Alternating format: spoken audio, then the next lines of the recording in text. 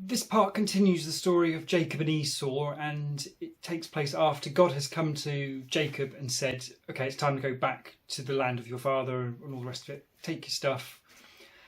And perhaps naturally, Jacob has some apprehension about meeting back up with Esau because of the fact he was a pretty rubbish brother and cheating him and all the rest of it earlier on. Jacob sends ahead a messenger to go and see Esau to tell him he's coming. Probably a good idea. Messenger comes back and says, Esau's coming to meet you, and oh, by the way, he's bringing 400 men with him. Panic. Obviously, in Jacob's mind, that means that's basically an army that's coming to sort things out.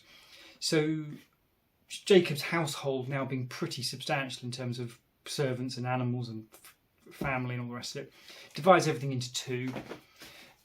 The idea being that if one group is attacked, the other one can still escape. This is clearly being set up as a Cain and Abel, will they, won't they sort of scenario. The night before they head back to meet up with Esau, Jacob is on his own at one point, and it really, oddly matter-of-factly, the Bible just says, and a man turns up with him to wrestle with him until daybreak. I did cheat a little bit here because it's not actually stated who that man is, particularly, but the title section in that part of the Bible says Jacob wrestles with God, so we can deduce that someone at least thinks that's God. So they wrestle all night. Oddly enough, it seems that God is unable to overpower Jacob, which seems highly unlikely, but that is as it's stated. And in order to preserve his position in the fight, because it seems God is losing, it says that he touches Jacob's hip, which sounds like it dislocates that hip and obviously gives God then an advantage. The fight doesn't end there though. God even says it's daybreak, you need to let this go and move on. And Jacob clearly realises who this person is, so says, I'm not going to let you go until I get your blessing. Seems a slightly brave thing, and you'd think in the middle of winning a fight with God, you'd be thinking, maybe he's letting me do this or something. Very strange. It's very odd in the sense that Jacob asks the man's name and he doesn't give it, but Jacob seems to realise he's God anyway.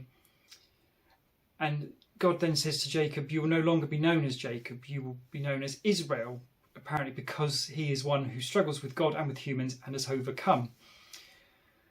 Seems more like in Jacob's case, what he's overcome, what he needs to overcome is being a bit of a punk. But to be fair, in this part of the story, that seems to be kind of what he's doing. Anyway, the fight's over. Jacob goes off to meet Esau, very apprehensive. As he's approaching Esau, it said he bows down many times. I wonder if you can guess how many times. It's another appearance of the 7. Presumably Esau gets kind of bored waiting for this to finish, and it's seven bowings. But clearly it denotes something. And actually it turns out that Esau's a pretty cool dude, because after all that Jacob has done wrong to him, Esau is entirely gracious. It's quite amazing. In Jacob's defence as well, actually, to be fair, I mean, his message was, he was referring to Esau as my lord, and here have some gifts so I might find favour with you. So there is definitely something in Jacob's behaviour that's reflecting quite a substantial change. It may just be fear, because God has sent him back, but then there's a virtue in the fact that God has sent him and he has listened, and despite the fact he clearly doesn't really want to do it. Not that he doesn't want to do it, perhaps more that he's just afraid of going back and being attacked by Esau. He does it anyway. But yeah, the meeting goes well. Happy days. In terms of literal versus metaphorical, I mean, the wrestling aside, which we'll come back to, all that's happened is that Jacob's gone, all right, I'm going to go home now, and goes back, and his brother turns out to be really relaxed and groovy and, well, the better man, you'd have to say. So it's odd that Jacob finds so much favour in the eyes of God, despite Esau appearing to be the more worthy of that. In terms of the wrestling with God, that doesn't make a great deal of sense. I mean, if God took human form and came down and wrestled with someone, I mean, it's God. You're not going to win, are you? So I don't know why it's presented as God can't win. I mean, you could have left out the fact that God couldn't overpower Jacob, and the story would have been intact, presumably. So why add in the detail that God cannot overcome Jacob and has to cheat? Dislocating someone's hip in a fight is cheating. I don't know. It doesn't say whether it's a particularly friendly match or not, but doesn't sound like anyone was in danger of being killed anyway. And I'm not quite sure what to do with that fight.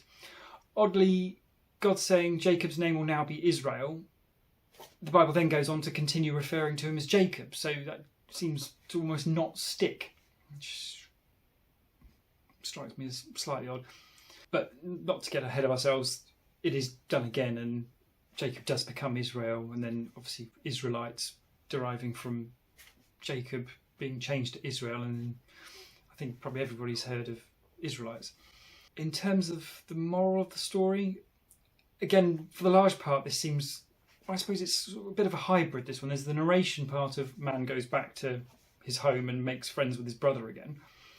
But there's also wrestling with God, which feels very metaphorical. It would seem difficult to take as literal that God comes down, has a wrestle with someone and can't beat them. So perhaps that's some sort of internal struggle on Jacob's part. It does result in him changing his name, which then does obviously have a tangible impact on things.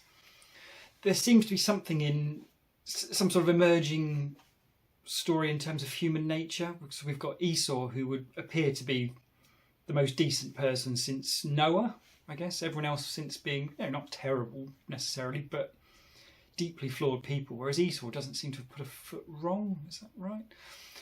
He's had wrong done to him and he's endured it, then his brother comes back and he's gracious about it. Esau seems like a pretty cool dude. Jacob has obviously been a bit of a punk on several occasions, but then seems to have sorted himself out a bit, and he's done what God told him and come home. He's been sort of not quite repentant. It doesn't appear that he ever says sorry to Esau for what he did, but he's clearly, when he sends his message, he's calling him my lord, and he's given all these presents and all the rest of it. Clearly understanding that he needs to, or he refers to himself as well as Esau's servant. So he's clearly been very humble about how he's trying to get back together. So I'm not sure that Esau is particularly significant now going forward, but Jacob certainly is. So I guess underneath it all is the importance of Jacob getting himself together, perhaps, and he's had his trials and tribulations and bad behaviour of his younger years, and now he seems to have got back on top of it. Whether that wrestle with God is some of the catalysts for that is not clear. But yeah, it's another odd one. They're all a bit odd, aren't they? I guess, but there's a lot again in a very short bit, and it's difficult to figure out how to interpret that. Maybe some of that will become clear in context later on.